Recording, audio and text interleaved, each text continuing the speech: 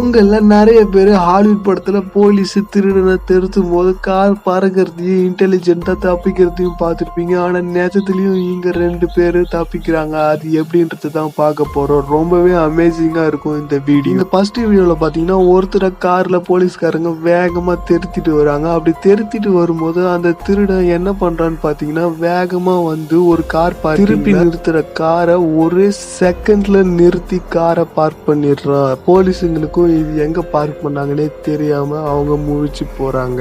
பாத்தீங்கன்னா அந்த திருடன் அந்த கார் பார்க்கிங்ல காரை அசால்ட்டா பார்க் பண்ணிட்டு நிறுத்திட்டு இருக்கா. ரொம்பவே அமேசிங்கா இருக்குது இல்ல.